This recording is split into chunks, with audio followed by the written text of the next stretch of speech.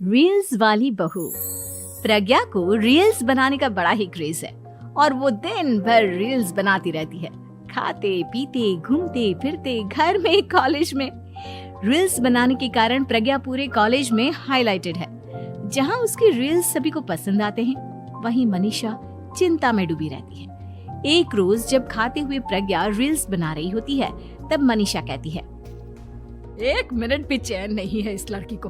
ये नहीं कि खाना तो आराम से खा ले, लेकिन नहीं, अरे थोड़ी देर रील्स नहीं बनाओगी तो आसमान नहीं टूट पड़ेगा। अरे मम्मी, इसी को तो कहते हैं डिटर्मिनेशन।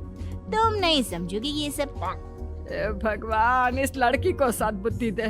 जब देखो तब टेढ़ा बाका मुंह बनाती रहती है।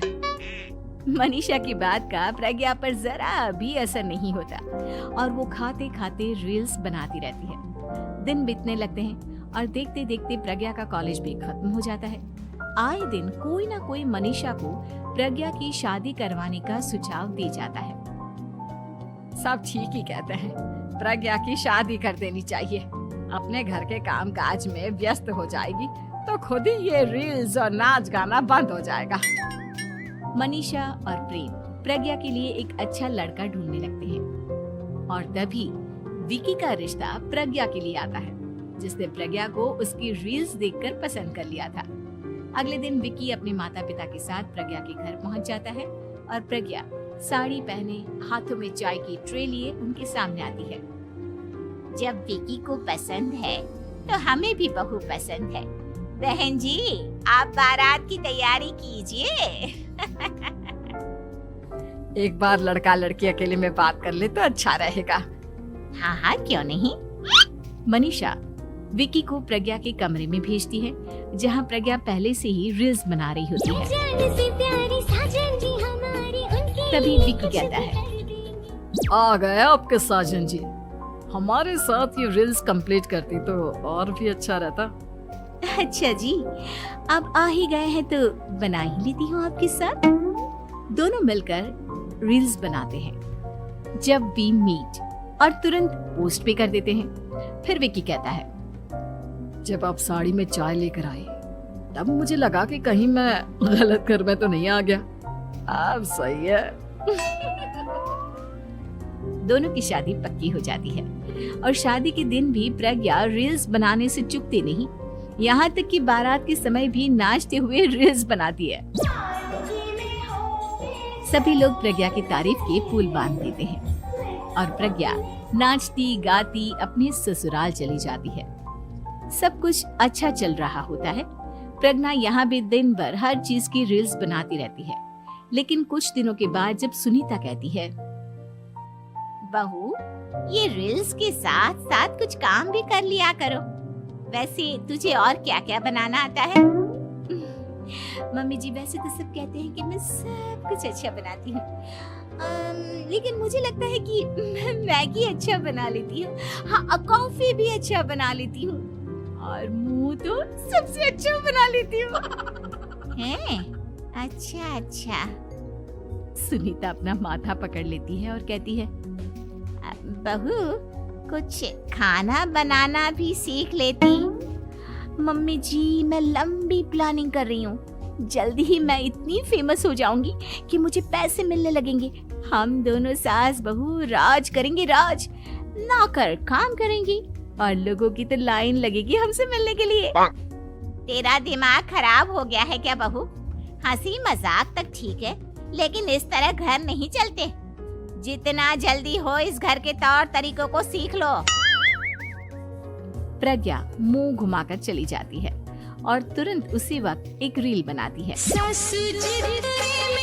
ये देख सुनीता का गुस्सा 7वें आसमान पर चला जाता है और विकी के घर आती ही सुनीता उसे सब कुछ बताती है।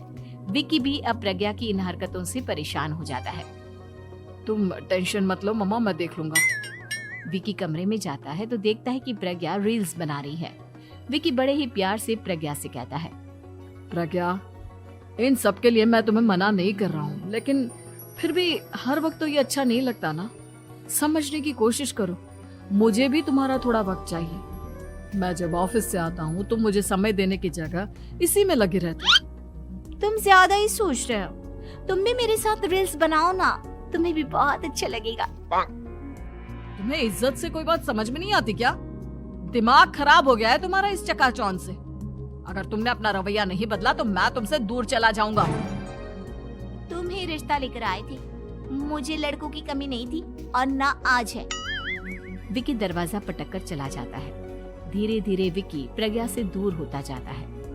एक रोज मनीषा प्रज्ञा के ससुराल उससे मिलने जाती है। तब सुनीता उससे कहती है, बहन जी, अब आई हैं तो कुछ दिन यहाँ रहकर जाइएगा, आप ही का घर है। हाँ मम्मी, बहुत दिन हो गए तुम्हारे साथ एक भी रील नहीं बनाई मैंने। प्रज्ञा तुरंत अपने फोन में रील्स ऑन कर लेती है। ये सब मुझसे नहीं होता।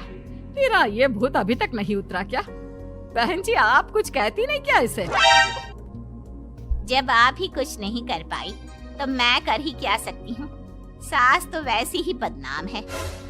शाम को घर की लाइट चली जाती है और मनीषा प्रज्ञा से कहती है, मेरे घुटनों में बहुत दर्द हो रहा है, तू लाइट का कुछ इंतजाम करना बेटा। अच्छा, कैंडल जला देती हूँ मम्मा। प्रज्ञा गाते हुए कैंडल जलाती है और खिड़की के पर्दे के पास रख देती है। मनीषा, जिसे बहुत दर्द हो रहा है, वो सो जाती है और प्रज्ञा हमेशा की तरह अपने रील्स में लग जाती है। उधर कैंडल की वजह से पर्दा आग पकड़ लेता है और मनीषा के कमरे में आग लग जाती है। बचाओ, कोई है, बचाओ! सभी भागते हैं और विकी कमरे की आग बुझाने में लग जाता है, लेकिन तब तक मनीषा आधी जल चुकी थी। मनीषा की हालत देख प्रज्ञा रोने लगती है। विकी मनीषा को तुरंत हॉस्पिटल ले जाता है और उसे एडमिट कराता है। विकी प्रज्ञा से कहता है, देख लिया ना, तुम्हारे इस नाच गाने की वजह से आज तुम्हारी माँ की जान जाते जाते रह गई। अब पता नहीं तुम और क्या चाहती हो। उधर डॉक्टर कहते हैं, इनकी हालत बहुत नाजुक है, आधे से ज्यादा जल चुकी है। प्रज्ञा रोती हुई मंदिर में जाती है और भगवान के आगे जाकर कहती है, भगवान, मेरी माँ को ठीक कर दो। मैं कसम खाती हूँ, हाथ से ये रील्स बनाना छोड़ दूंगी, बस मुझे मेरी माँ वापस मिल जाए। 2 दिन बीत जाते हैं और मनीषा खतरे से बाहर आ जाती है। पेशेंट अब ठीक है, आप लोग उनसे मिल सकते हो। सब कोई मनीषा से मिलता है और प्रज्ञा सबके सामने अपना फोन तोड़ देती है। मुझे माफ कर दो मम्मा, मैंने तुम लोगों की बातों को नजरअंदाज किया। बेटा, कोई भी चीज जरूरत से ज्यादा खराब है। मैंने तुम्हें रील्स बनाने से कभी मना नहीं किया, लेकिन हर वक्त एक ही चीज तो सही नहीं है। मैं समझ गई हूँ मम्मा, आई एम सॉरी। प्रज्ञा उस दिन से रील्स बनाना